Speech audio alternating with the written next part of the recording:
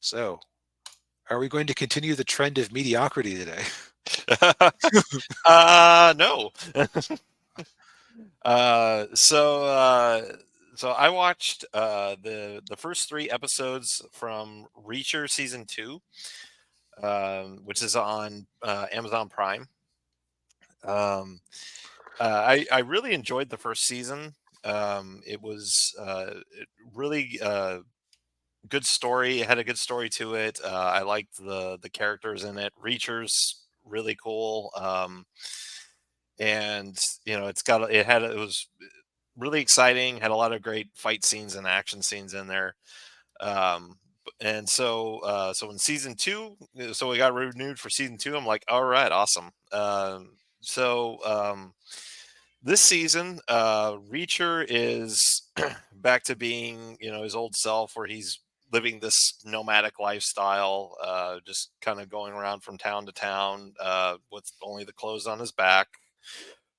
He gets clothes at thrift stores, and he has a bank account that's where his army pension gets direct deposited into, so he can get Mhm. cash. But he doesn't have a car, doesn't have a house, doesn't have any property at all. And That kind of comes up in this to a greater degree in this season. Uh, he gets some money out of his bank account, and he looks at the balance, and the balance is kind of like a coded message from a member of his old army unit. He was part of this special investigative unit for the Army CID, which is basically Army cops. Um, and and she was in the first season. She helped him out with his case in the first season. So Reacher only get what I think is the part of his character is he only gets involved in situations if he has a personal attachment to it. Okay. So like the first season, he's trying to find out who killed his brother. In this season, he meets up with his old woman, or not. She's not an old woman, but a woman from his old unit, Mhm. and she tells him that another a guy from the same unit, they found him dead in the mountains.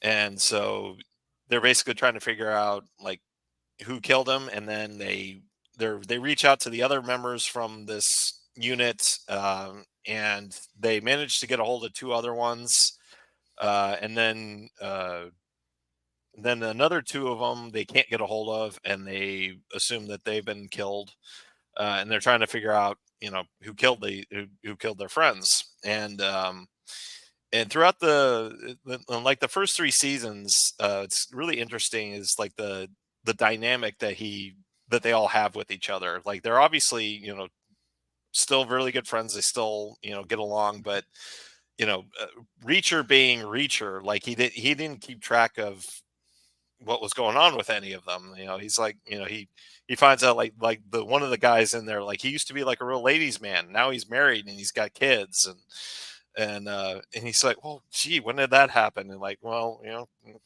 life happens, and there's this one picture that they took of all of them together, like the first day that they were working. They're all out in front of a in front of a campfire. They all have this picture except for Reacher, and he's like, "Am I the only one who doesn't have this picture?" And Sounds like it's got a nice sense of humor about it. yeah, it does, yeah. And But yeah, that's the whole part of it is just you kind of see the downside. He sees the downside of this nomadic life that he's living. Just because he loses track of everything, and Mhm. he doesn't he doesn't know what's happening with anybody. And then of course he does have like in the first season, he does have a love interest in this season, and it's another one of the members of the unit. And apparently they're like kind of had a thing uh, when they were working together. But Reacher, didn't pursue it because even though they were the same rank, he was still technically her boss, and Mm. it just wouldn't have been appropriate. But they do end up hooking up. But yeah, I mean, this is so far it's really good. The conspiracy of what's the mystery of what happened to their friends is still kind of unfolding. And the bad guy is played by Robert Patrick, the T-1000 from Oh, Terminator okay. 2. And they even make a Terminator reference in there, where they're Reacher and his friend they're staying at a hotel under assumed names, and he's using the name Starlin Castro, who was an old baseball player, and she's using the name Sarah Connor. And Robert Patrick tells the guy like, "Oh yeah, Starlin Castro, he's an old baseball player," and then he's like, "Well, who's Sarah Connor?" And Robert Patrick's like, "I don't care." But So, the vibe of this show. Have you ever seen Justified? yes, This is sounding very Justified. Would you say that that's accurate? yeah, that's pretty accurate. Yeah. Okay. Yeah, very similar feel to it. Yeah. Yeah, right. Where it's like things can be jokey, jokey, or darkly serious, and it's the same cast. Yeah.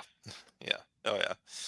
Yeah, and one of the things I like about the show compared to, and I think I might have mentioned this because I think I talked about the first season on another show on another podcast. But the guy who plays Reacher actually looks like how Reacher is supposed to look, like how he's described in Right. the books. Right. Like Not Tom Cruise. no, he's not Tom Cruise. No, he's a big guy. He's a mountain of a man, and he could just beat the crap out of anybody. Yeah. So, So a little bit of realism is what I'm hearing. oh yes, yeah. So yeah, I mean, if you got Amazon Prime, I definitely give the first season a watch, and then give the first few episodes a watch on this one too. Now, did you only end up doing the first three because only the first three are out so far, or just time? Because only the first three have been dropped so Okay, far. so they're doing the weekly drop. Yeah, The yeah, jerks I know. Yeah, bringing back old TV. yeah. Jeez. But yeah, yeah.